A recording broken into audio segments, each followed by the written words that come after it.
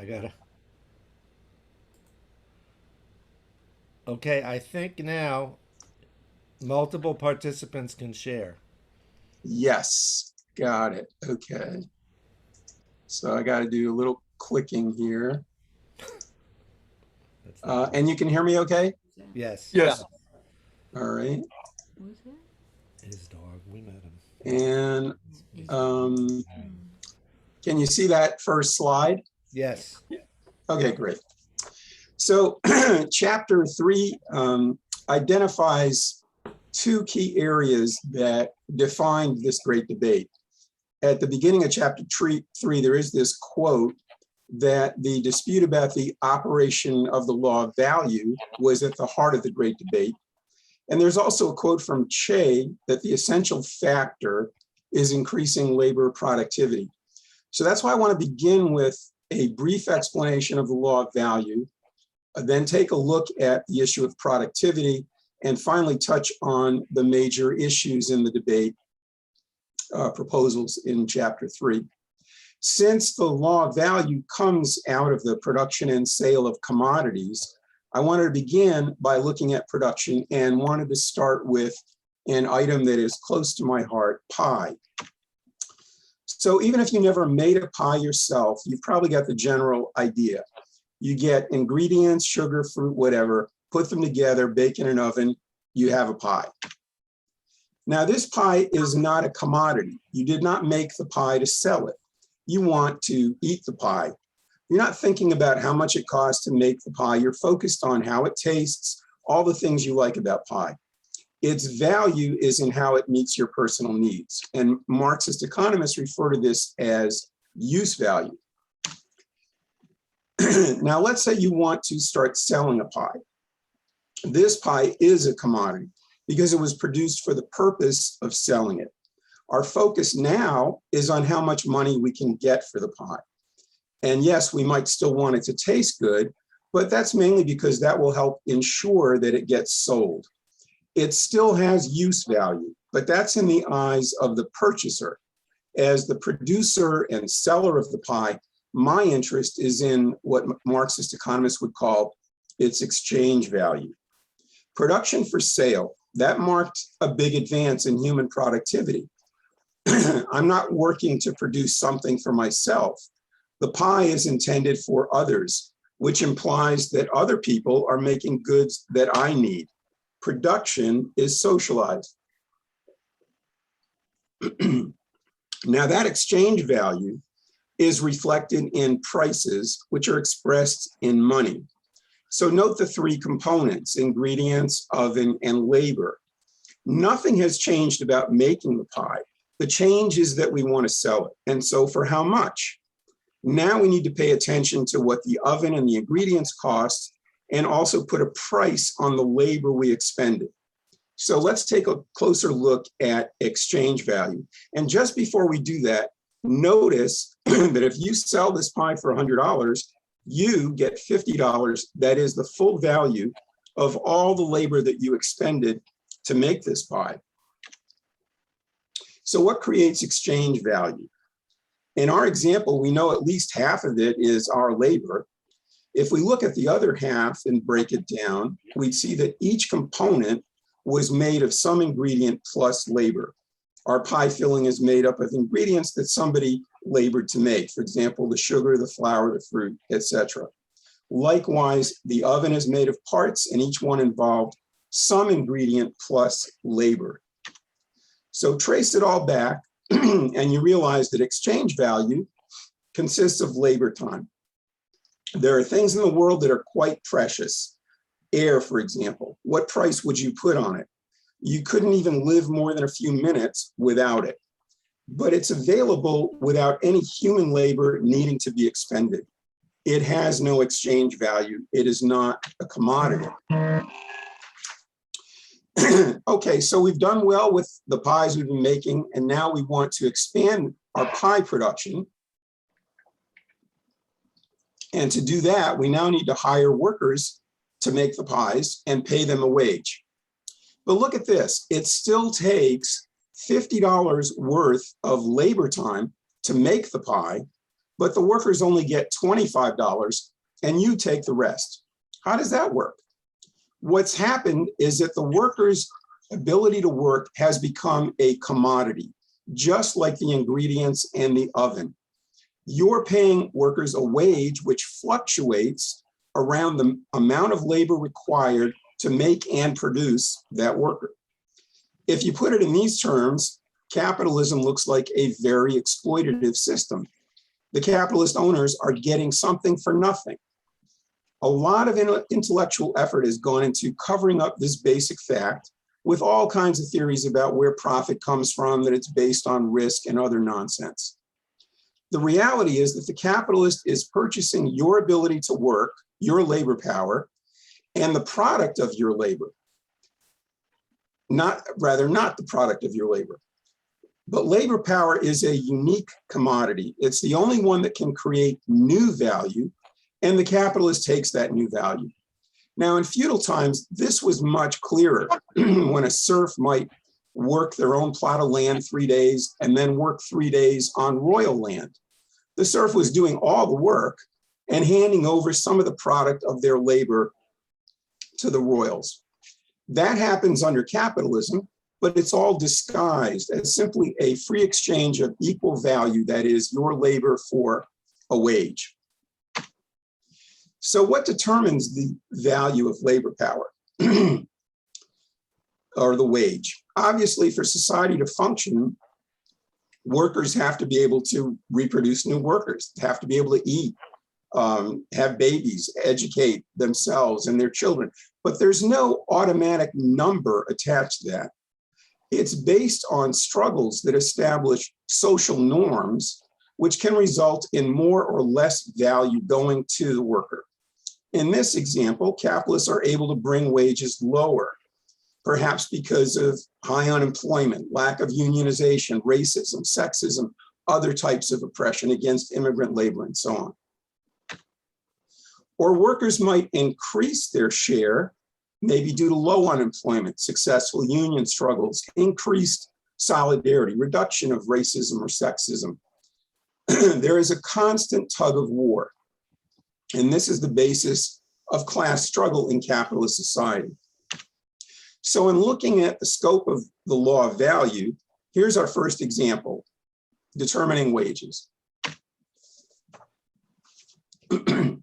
Now, we talked about producing the pie. Now we have to sell the pie. We had a pie that we said had an exchange value of $100. Of course, I say a pie, but it could be a million pies. If we sell the pie for $100, then after paying for the supplies, the equipment, and the wages, the owner pockets $25.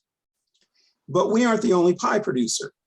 Whether we're selling locally, nationally, or internationally, there are other companies producing pies. And they might have a different mix of machinery and technology, maybe better, maybe worse, and a different wage rate. So in this example, we've got 4 pie makers, each one producing the same pies, but using different amounts of labor to do it. The $60 pie probably uses more machinery, better technology, fewer workers. They can produce the pie at a lower cost. However, using less labor, there's also less surplus labor. If the pie sold for $60, they would get $18 in surplus profit. But that isn't how the market works. There is a market price for pies, and it fluctuates around how much labor on average goes into making pies. Now, we're leaving out factors like supply and demand. Essentially, we're saying if supply and demand are equal, what determines price? And in our example, we're saying that the market price for pies is $87.50. And when you go to the market, you see pie prices are similar across manufacturers, assuming equivalent pies. And you have no idea how much labor actually went into each pie. So we can add another area to the scope of the law of value, which is in determining prices. Now, when these pies are sold in the marketplace, we see that if each pie company sells all their pies and gets $87.50 per pie, The one that produces pies for just $60 will get a surplus profit of $27.50. The $80 pie gets a $7.50 surplus on top of the profit that you would expect. But the $100 and the $110 pies actually lose potential profit. As you can see, their profit gets transferred to the more productive companies.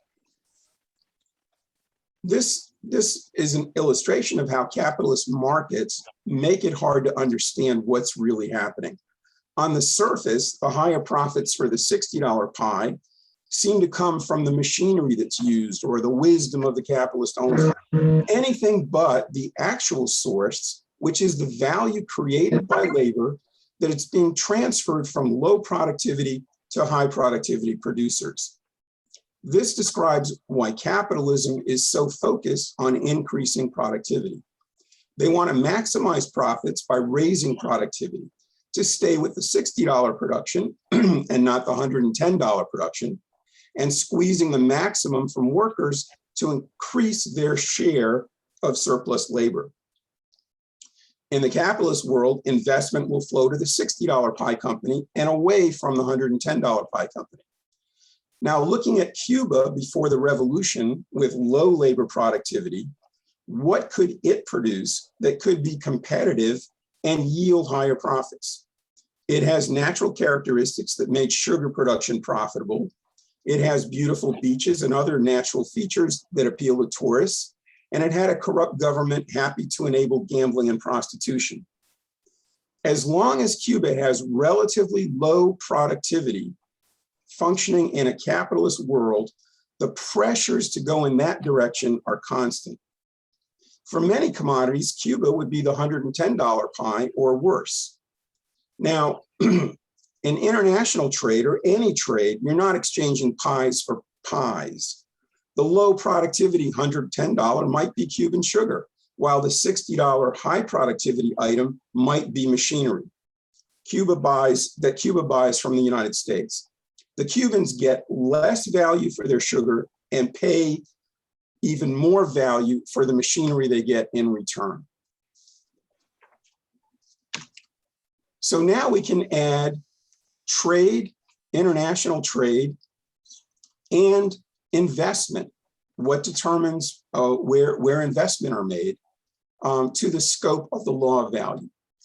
If the law of value is left unchecked, it operates to determine all these factors. That's pretty much your whole economy. At its root, the law of value exists because humanity is still at a level of relative scarcity in terms of meeting human needs. Since there's not enough of everything for everybody, some type of restriction and strict accounting is required.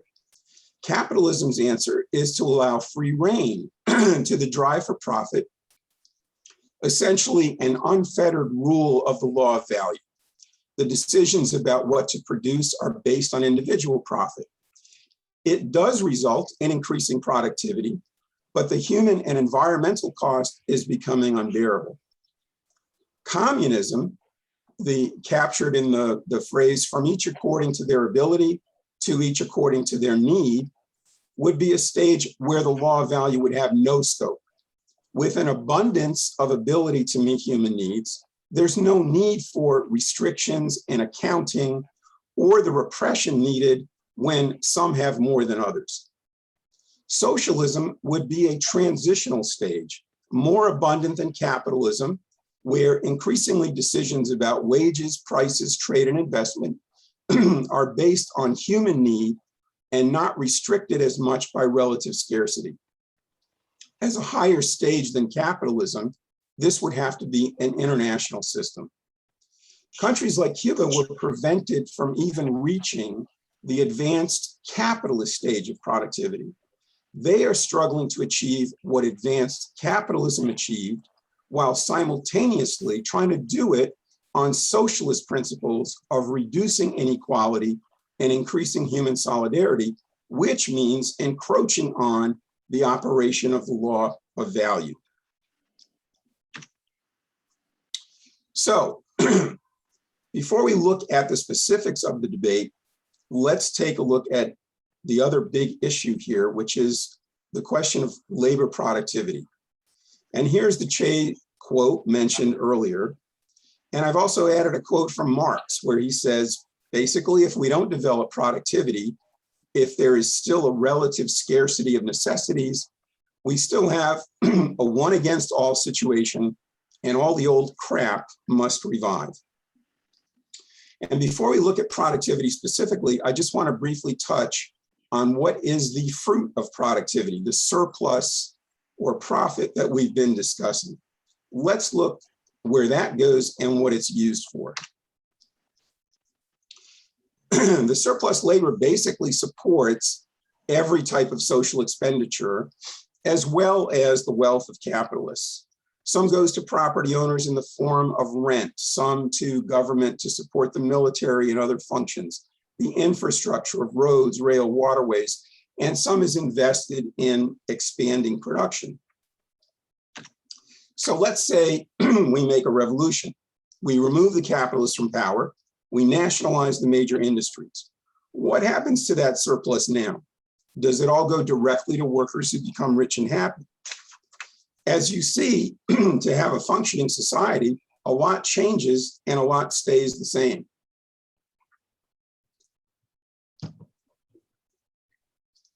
We can eliminate the extravagant personal consumption of the capitalist. So there's no sailboat in this picture, but that's only a piece of the surplus. Most of what it's used for remains a necessity, including, unfortunately, the military, since we're still living in a predominantly capitalist world.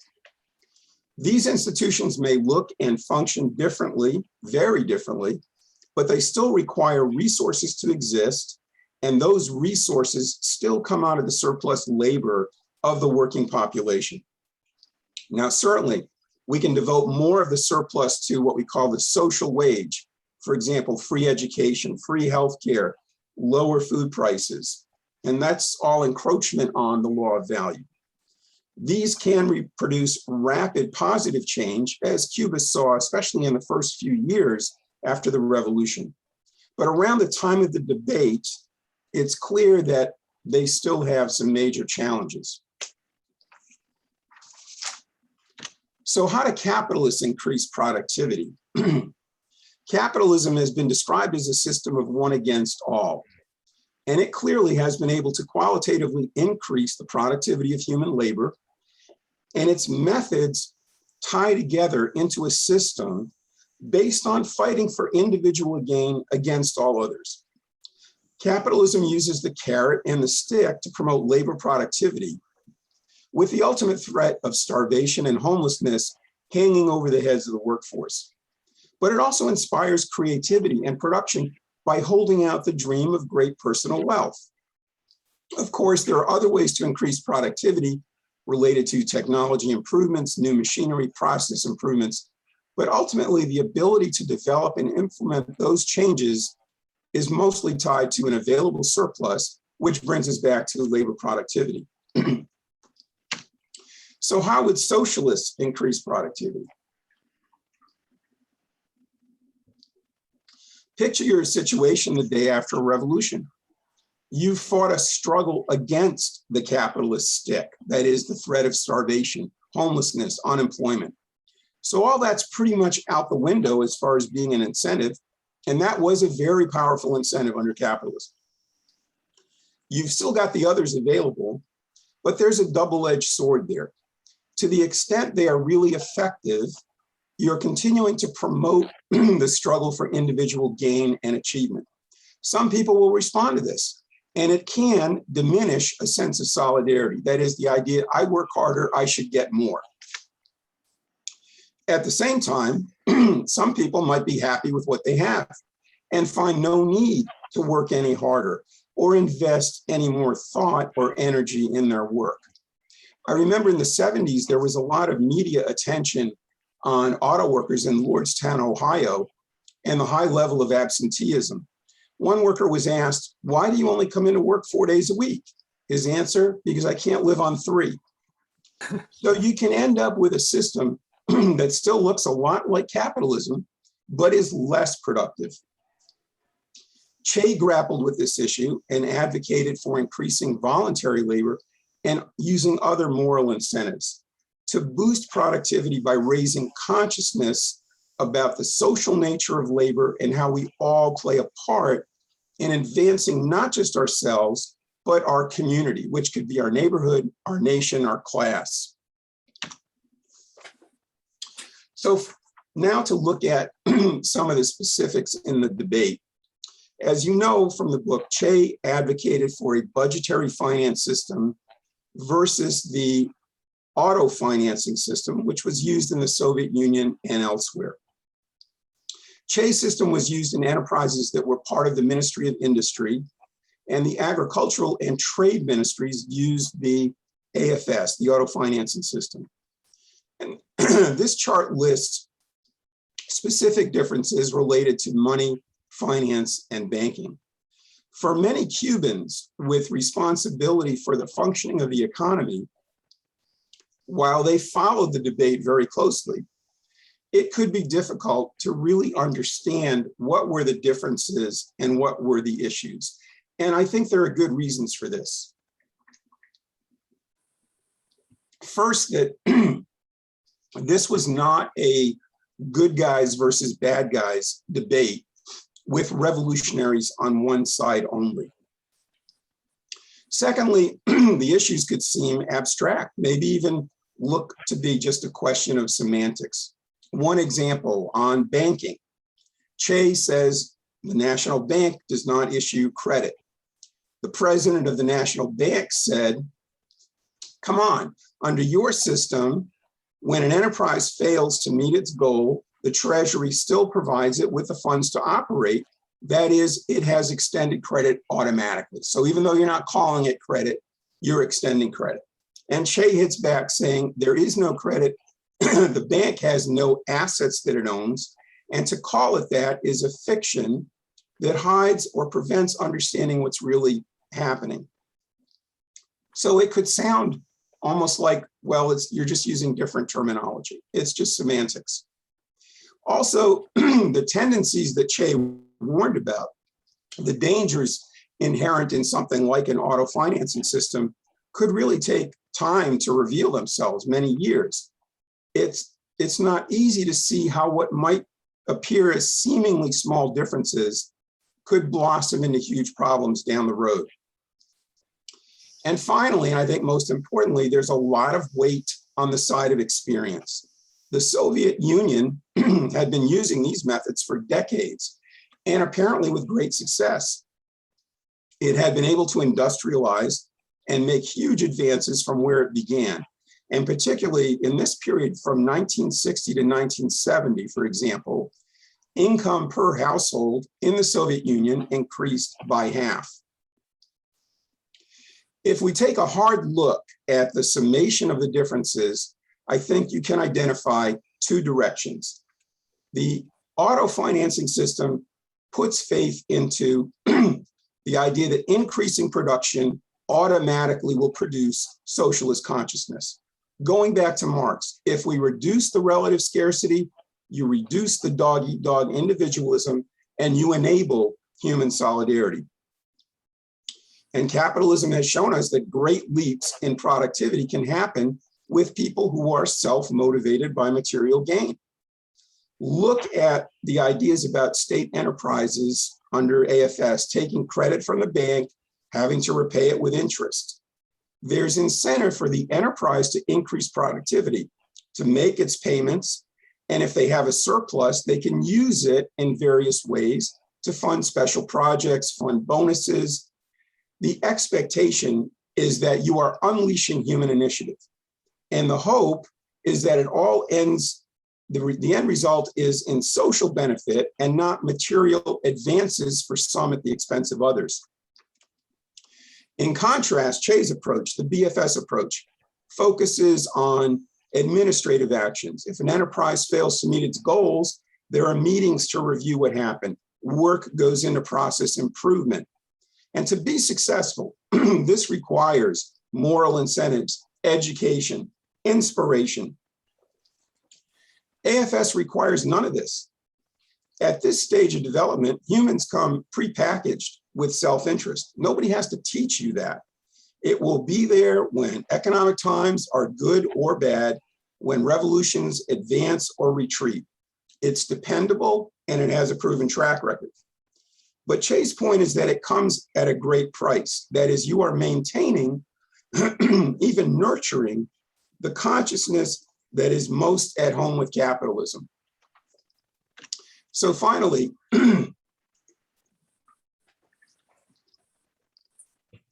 the other area of debate around consciousness and around incentives, I think the differences are easier to see when we look at the opposing views on types of incentives and how consciousness is developed. Now, of course, nobody was advocating for capitalist consciousness. The question was, when and how do you develop a socialist or communist consciousness? And all Marxists give primacy to material conditions. Being determines consciousness. Those who differed with Che could argue that you can't have mass consciousness higher than the productive forces would allow. But Che argued that higher consciousness over time would have a greater impact on productivity than material incentives. He wanted to put it to the test, and he said, if it fails, we should retreat back to AFS. So look again at that exchange I mentioned about the role of the central bank. I think part of Che's issue was related to consciousness. He argued against using capitalist terminology, like saying the bank provided loans and earned interest, not only because that wasn't the reality.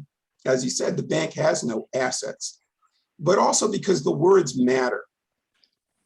Capitalist terminology hides or masks what is really happening. We talked earlier about the example of how the capitalist market hides a transfer of value under the appearance of an equal exchange. Che wanted to use terminology that exposed how things really work so that the average Cuban would understand what's really happening.